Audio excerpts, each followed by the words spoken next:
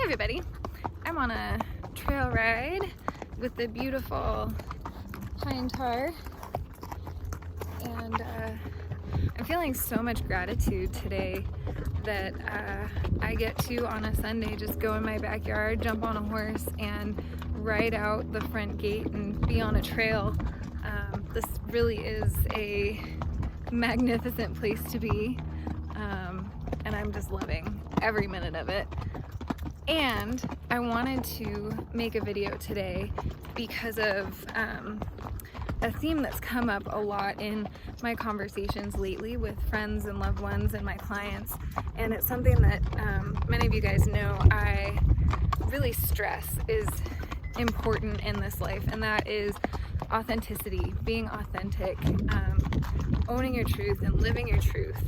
And so here's why I think it's important.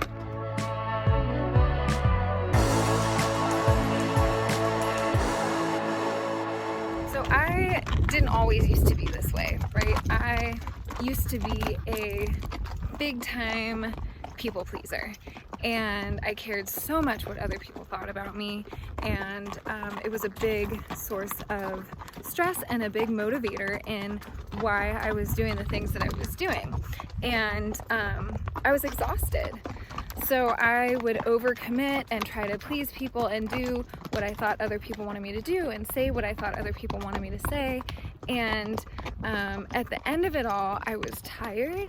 I was resentful because my efforts were not always reciprocated, right? People didn't care so much about what I thought because they were in their own world and in their own situation. So I was resentful that other people weren't putting in as much effort as I was, and I was lost, right? I lost who I was. I didn't really know what my path was because I was so busy trying to follow what other people were telling me I should do or would be good at or whatever. So then I'd be overcommitted and exhausted, and then I'd have to start finding excuses for not doing the things that I said I was going to do, and I'd have to do it in a way that I'd have to fabricate these excuses to not hurt other people's feelings or make them think badly of me. It was just this really bad downward spiral of inauthenticity, right? And if I had just been authentic and spoke my truth and answered to what I thought I could do or thought I couldn't do or was willing to do or not willing to do, a lot of that energy waste could have been avoided and would have been avoided. So basically, here's what I'm saying is that it takes a lot less energy, you guys, to just be authentic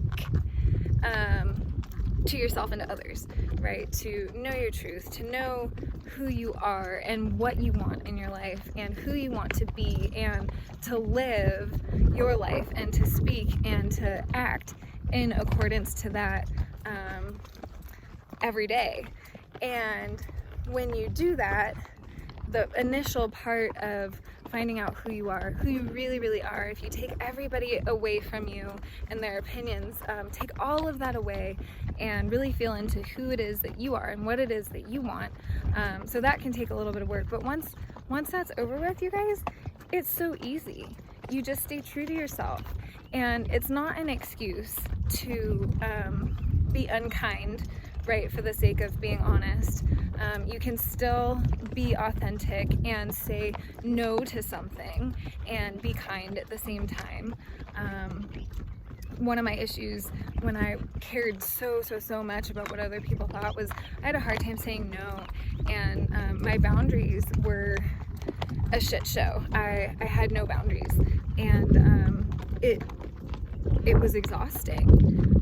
I let people trample all over me and say really harsh things towards me because I left the door wide open for them to be able to do so and to take advantage. And now that I'm so much more clear about who I am and what I want and where I'm going and what I will and won't allow in my life, that doesn't happen so much anymore. And if somebody does try to cross that line, I am able to stop them with love and to say, you know what, I don't need to tolerate this in my life.